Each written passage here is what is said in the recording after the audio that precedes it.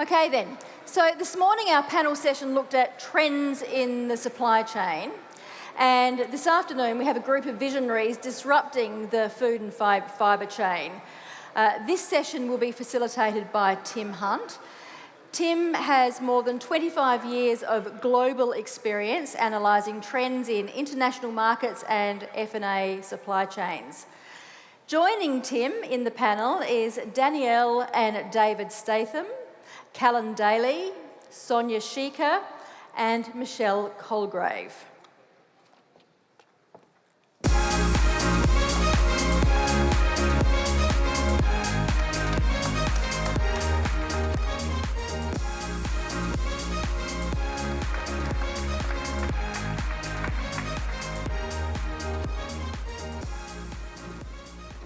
Good afternoon, everyone, and thank you very much, Prue.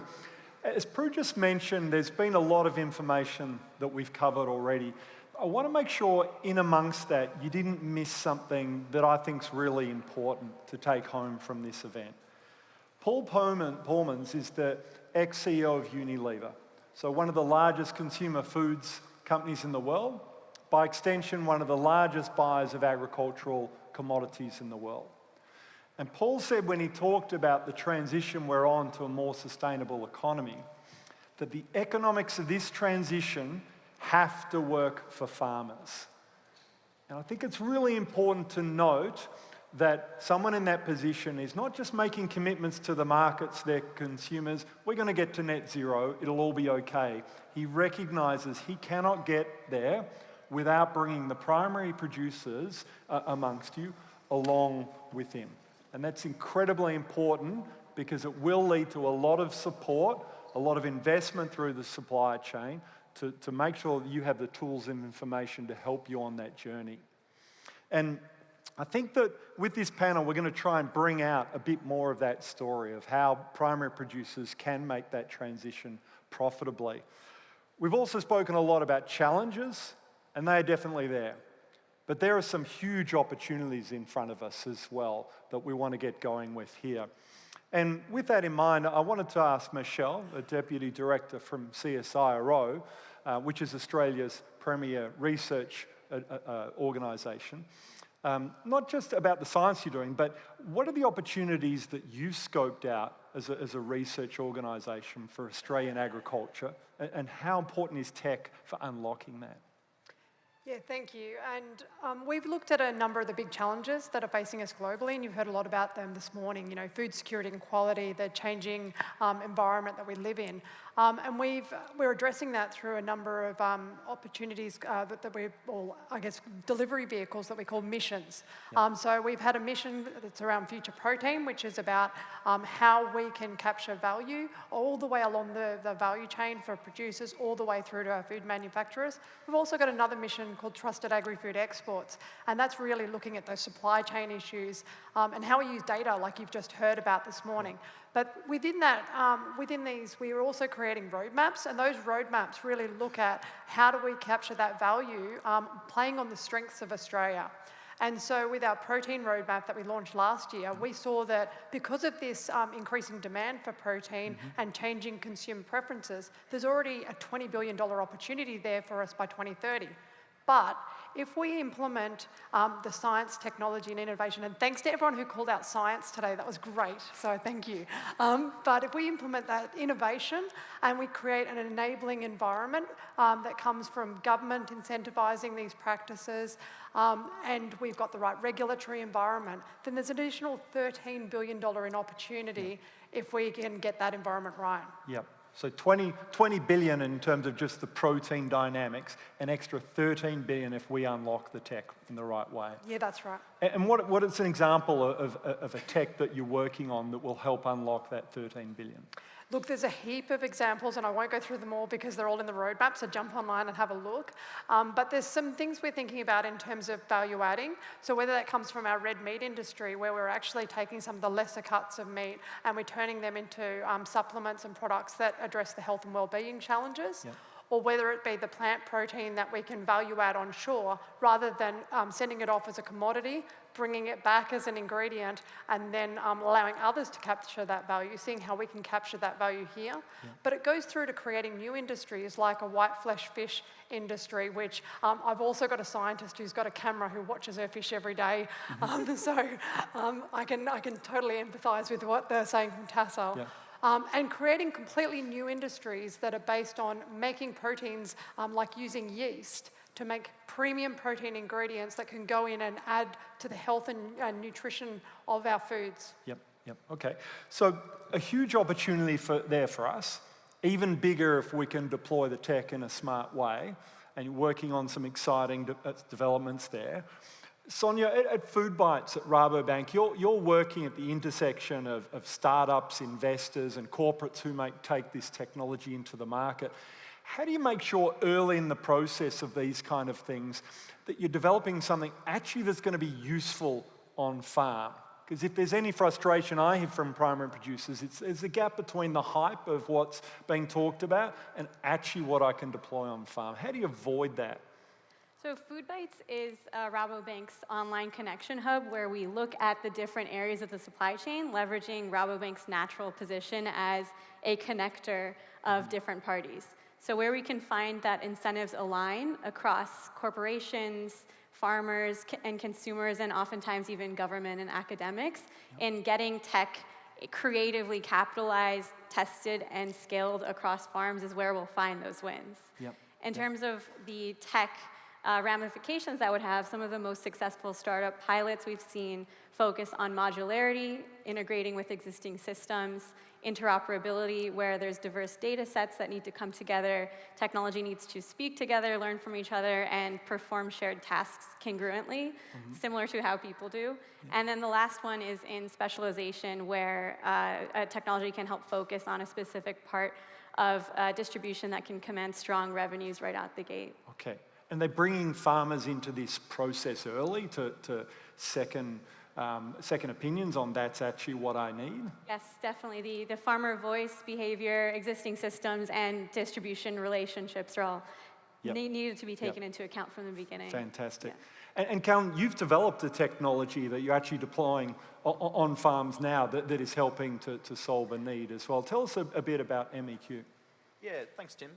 We've developed originally a technology that was targeted towards the red meat processing space, trying to give value back in through objective data that was timely, and it was effective. So there are three parts of that data that you can't just have one of them.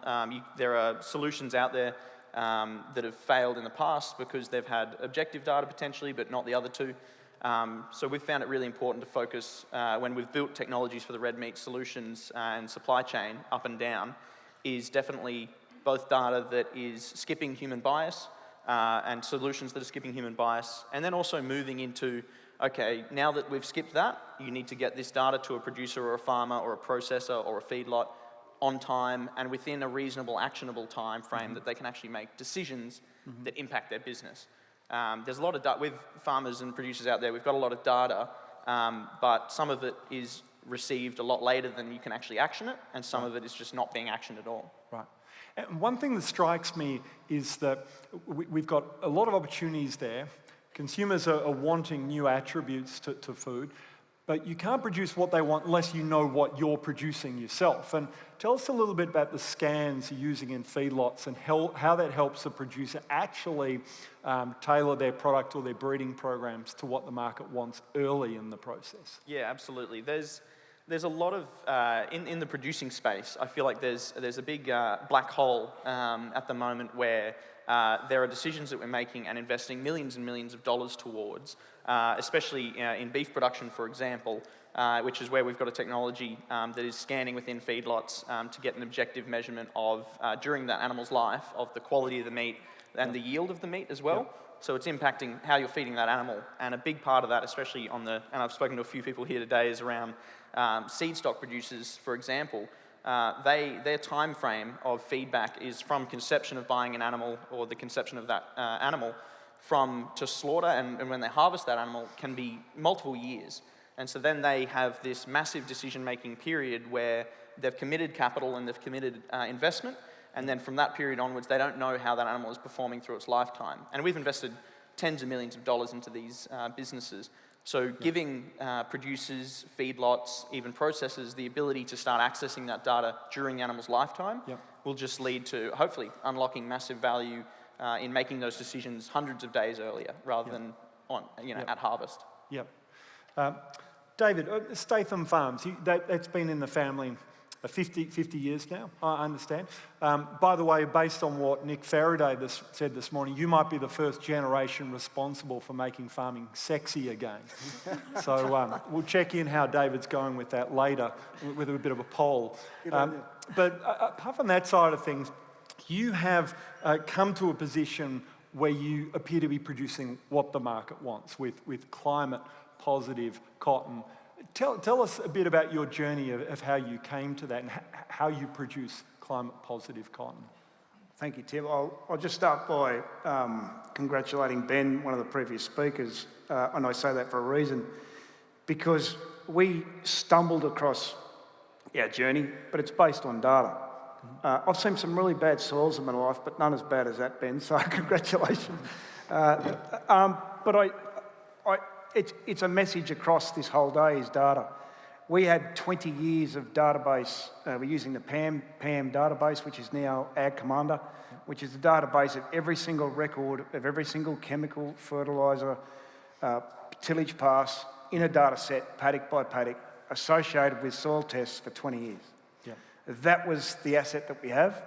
From that, we met the right person at the right time. Francois Visser, he came down and actually said in the far right-hand corner of these soil tests is a thing called soil carbon. Mm-hmm. And you've done something extremely impressive in the last 5 years. What have you done? So it actually came in reverse. But we were investing in new technology. Tillage practices in farming in Australia, around the world, has changed enormously. We started 10 or 12 passes, deep tillage, 15, 20 years ago, and today it's almost 2 or 3 passes, very light, or minimum to almost zero tillage in some, zero on a dryland basis.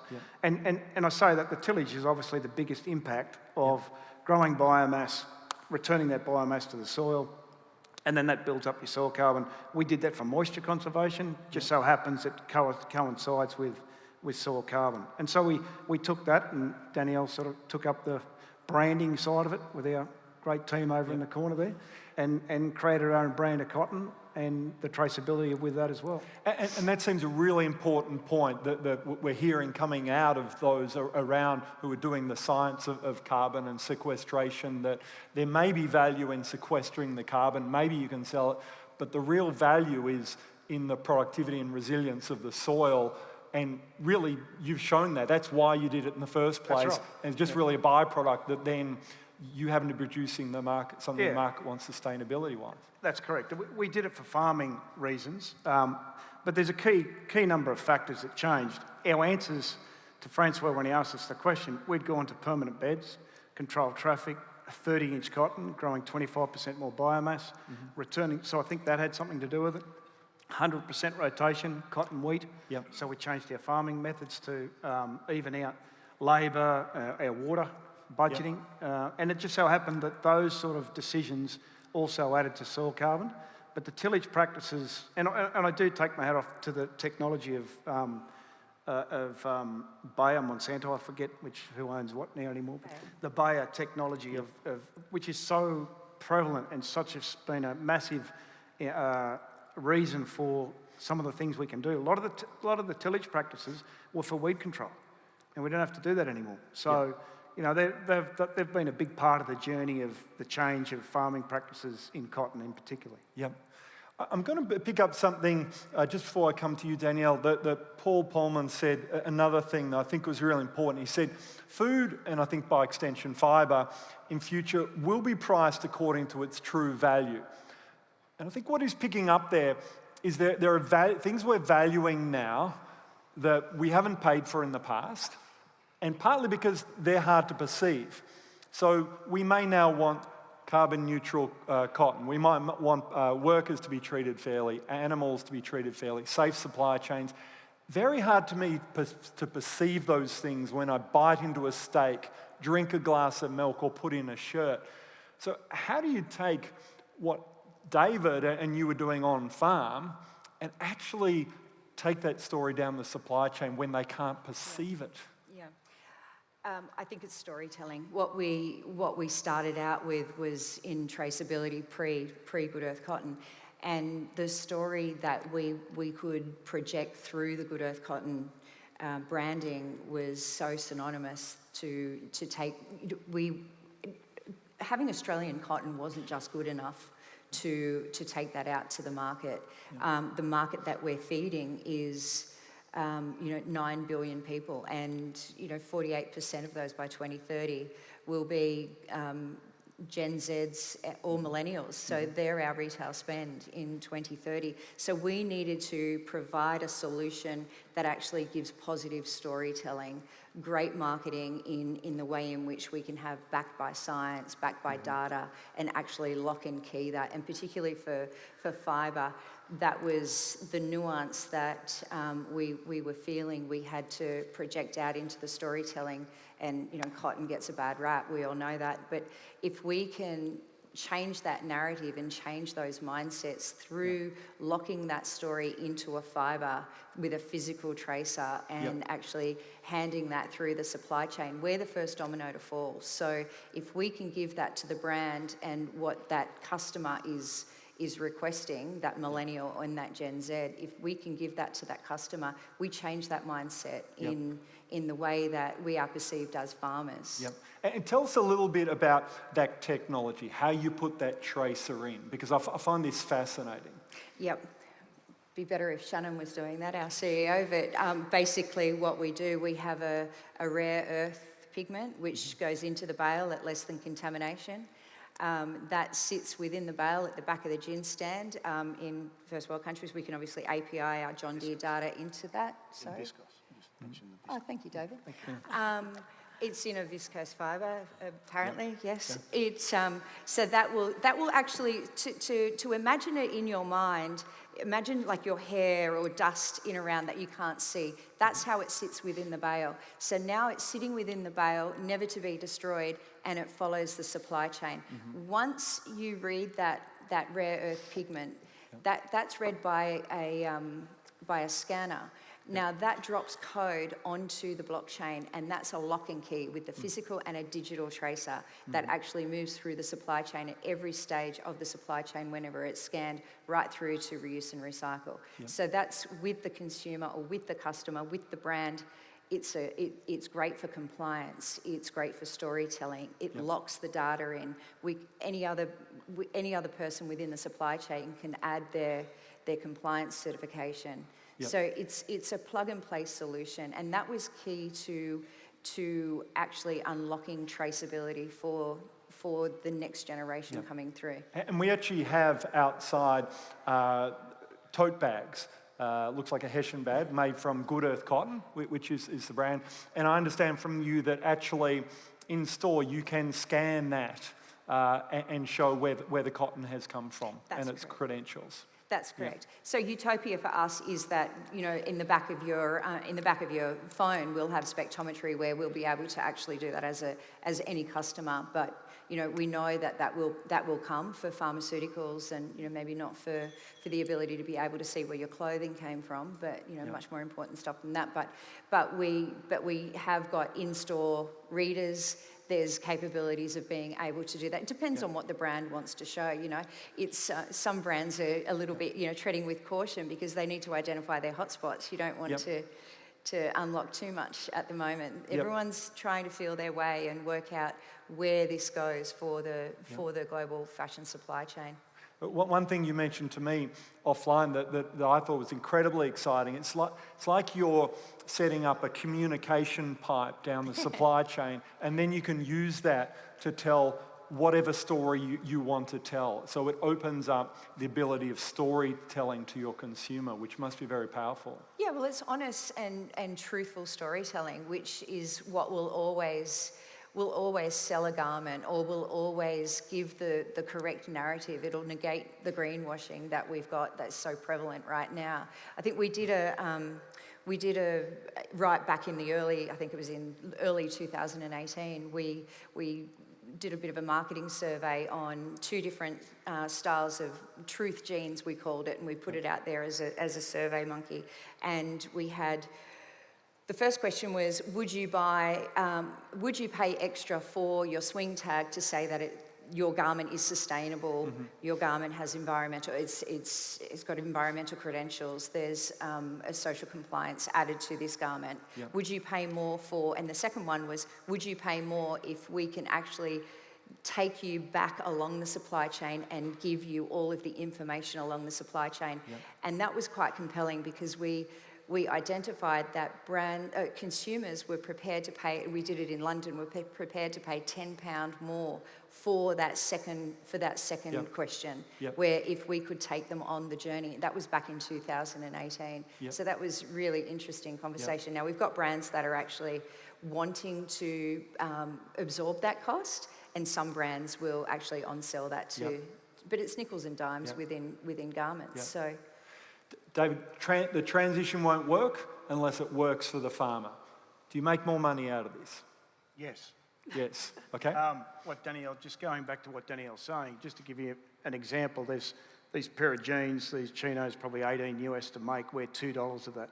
So if you can then add $10 a pound, or a significant value, or even $10 to a pair of garments, well then there's no reason why you can't value add to the farmer. Now we're doing that in Good Earth Cotton, and we've started at a low base, but we are getting a premium. Yep. And the more storytelling we do, biochar, green ammonia, all these sort of things that we're looking at the moment, hydrogen, all these sort of add-on benefits, the premium is going to go up. Yep. Because there will be people out there prepared to pay. Yep. Now, I want to come to you, Michelle, on this traceability technologies, and also play note to something our colleague from New Zealand was talking about vegetable production, talking about we can't all sell to that part of the market that will pay a premium for things. What traceability technologies are you working on, and will it all be for that part of the market who can afford to pay more for a pair of chinos, or is this something that we're going to be able to put across the mass market? So I think the first thing is that in food, we are exporting more than we produce way more than we consume domestically. So firstly, we're looking at that export market, and trust is absolutely implicit in that. We've also seen geopolitical upheavals, which means that we need to be agile in markets. So there's a heap of work that we're doing around looking at how we capture that data, how we use that data through to the data exchange platforms, how we can assure, we look at automated compliance as well as the assurance, and that allows for risk mitigation. So being able to be proactive and make real-time decisions around how the food is either distributed or not, also that same sort of technology can speak to the quality. Because consumers are, of course, looking for price and brand, but they're also thinking now about the impact of their food on the planet. They're thinking about that sustainability piece, which I agree is about economic sustainability as well as our environmental credentials. So we've got a heap of work there, but we're also using novel sensing technologies akin to what Danielle's described there, that allows us to use the isotopes that are actually in the soils, maybe not in Brad's soils, but that allows you to be able to look at the geographical or biological origin of those food ingredients. Right. Collaboration seems to be encouraged by developing these new technologies, sharing the data, working out what stories you want to tell. Callan, have the technologies you've developed and implemented into farms and abattoirs, has that been something that's opened up collaboration up and down the supply chain, even through to retail level? Yeah, absolutely. Definitely, there's a period of time, and any small companies and startups understand the fact that there's a period of time where you need to internally work, and then you're at a stage where you're ready to collaborate and go to market and figure out who can help you and how you can help others. It's definitely a point, and I've heard it here a few times today, is collaboration needs to go both ways. It's never a one-way street, and I think that's really important. You've got to know who's willing to go down that other pathway with you, and not just, not let you just give away, your IP or whatever it is that is value to you. We've had, extreme collaboration on our front. We're very lucky. We've launched, Coles has launched a brand backed by our value provided in lambs, allowing, lamb producers to unlock, for the first time ever, a quality attribute according to their lambs, just And like a beef has had. premium for that, a price premium? Yeah, exactly. Yep. There's already an abattoir in Australia paying a premium on our value. It's a bump up in the grid. It's not a decrease. It's always a bump up, so they don't get punished for low quality lambs. And I think that's just a small example on the red meat side of things. How and we're unlocking, and like Danielle was saying, you need to start to figure out where you can unlock value. As well. Where is it? Is it in traceability? Is it in quality? And what is the customer and consumer willing to start paying for? Yep. Sonia, we need to I want to ask one more thing before we close. And that's, we talked about unlocking value, but all these ideas have to be unlocked by funding as well. And no one if you've opened a newspaper, you would have read about, falling values of tech stocks, about the collapse of Silicon Valley Bank, tightening funding in the marketplace. Is there still finance available for ideas like this? And how is Rabobank working to make sure that good ideas see the light of day with the right financial backing? Yes, it's never been an easy path to scale, and it certainly won't get easier in the current environment where we heard on Jan's morning playlist that inflation is here to stay and interest rates will remain high, which puts a pincer on liquidity in the market. So for venture capital, this signals that there's going to be consolidation, there's going to be a return to managing existing portfolio companies, and lower deployment of capital in riskier areas. So to answer the first part of your question, we will likely see fewer new entrants in spaces that are competing mainly on growth metrics. I say that thinking of e-commerce as an example of one of the main casualties in the last year of this shift. But what we are seeing is that there is continued strong investment in climate-related areas. Investors that are using Foodbytes to search for new technologies are doubling down in areas like farm management information systems, robotics, automation, biomaterials, bioenergy. Those are the ones that will continue to have a high valuation because they're passing costs onto the consumer. They are signaling progress towards ESG metrics, and they're differentiating the product at the end of the day. Okay.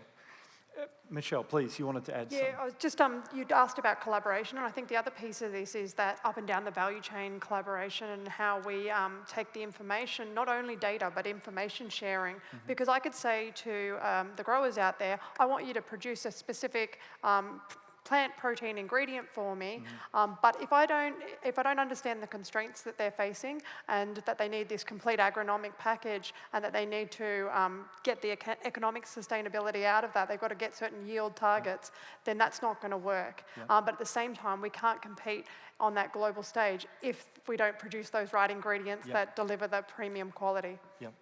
Interesting, Tim, that a lot of the brands that Danny and the team have spoken to, they want it to be more about not just us. They want us to share the information. We've done a project in India with 1,977 farmers. That was a bit of a challenge, but sharing our knowledge in farming techniques, sharing the data that we've learnt. Starting to engage with other growers in Australia. They don't want it just to be ours. So the brand's pushing that down of that collaboration. And you have on Statham Farms collaborated with research and education organisations for some time, haven't you? Always been an innovation hub. That's something that's really, really important and has actually helped us to grow our knowledge of what we want to bring forward to our product and through to the downstream supply chain. And those stories are so important to be able to tell and to be able to show that you can use your farming techniques with the least amount of natural resources is only going to project that conversation to the customer that's wanting a sustainable product. And I want to wrap on that storytelling aspect because I hope we've unlocked for you in this brief amount of time we've had together that amongst all these challenges we're talking about, there are some tremendous opportunities in this region of the world which will be increased substantially if we can tap into all the bright science that's coming out of organisations like CSIRO. Callan's showing how we can develop on a smart startup basis technology that's applicable on farm to make sure we know what we're producing to help us tap into consumer needs. David is showing that we can produce what the market wants, and in some cases that's profitable even before we unlock the value. And Danielle's shown how important it is if we can put these traces through our supply chain, not just in covering risk for people, showing they can trace to a good source, but open up that pipeline to tell an incredibly good story that agriculture and food has in Australia and New Zealand that will help us going to ensure what Paul Porman said, the transition will be successful for farmers as well. Thank you. Please join me in thanking the panel for their time. Thank you so much.